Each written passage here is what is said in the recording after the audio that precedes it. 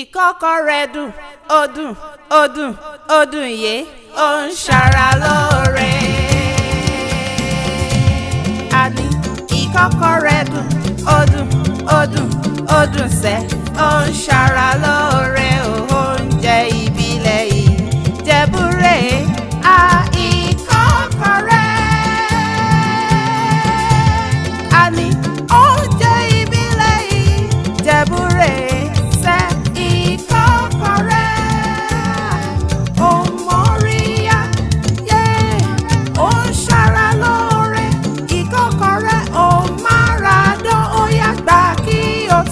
Gbà kí o jẹ, gbà kí o sanwó, gbà kí o jẹ sẹ́. Oúnjẹ aládùn yìí rè é, Ikokore.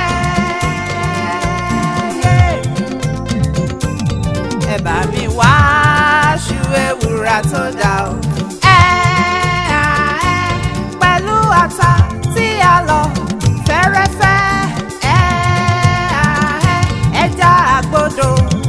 Pẹ̀lú pàlà gbígbẹ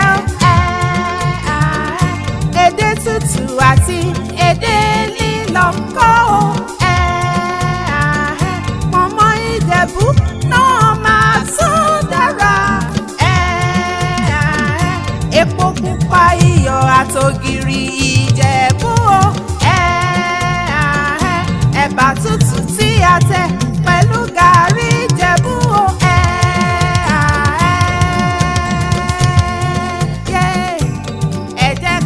Ṣu ewúrà yìí o, ẹ jẹ́ ká rí ṣu ewúrà yìí o, ẹ jẹ́ ká gbé apẹ̀ wa kaná, ká dàtà, ká fepo, ká fomi sí kóhó, ká fi edé àti pọ̀nmọ́ Jẹ̀bú sí, ká fi iyọ̀ àti ògìrì Jẹ̀bú sí, ká gbé ṣu ewúrà tá a rín, ká máa dà sí orí iná, sínú èròjà orí iná, ká rọra dé kó dáadáa. Tó bá jiná tán ó ti di jíjẹ.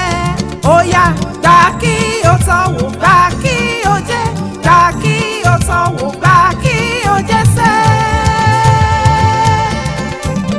Àní oúnjẹ aládùn yìí rèé, Ikokore. Ayaoba Funmi Fetuga ló sọ pé Ikokore.